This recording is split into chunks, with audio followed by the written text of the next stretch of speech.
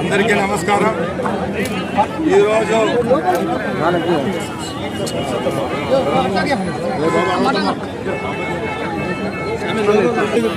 రాయచోటి పట్టణంలో 2019 తర్వాత మరొక్కసారి తెలుగుదేశం పార్టీ ప్రభుత్వం ఏర్పడిన తర్వాత ఏవైతే హామీ ఇచ్చామో హామీలను నెరవేరుస్తూ ఒక్కొక్కటిగా ఇస్తా వచ్చాం. దానిలో మూలంగానే ఈరోజు రాయచోటి పట్టణంలో అన్నా క్యాంటీన్ను ప్రారంభించడం జరిగింది.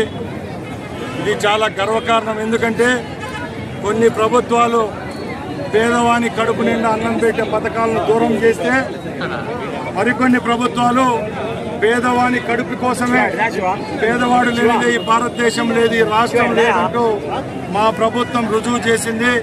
చంద్రబాబు నాయుడు గారు ముఖ్యమంత్రి అయిన తర్వాత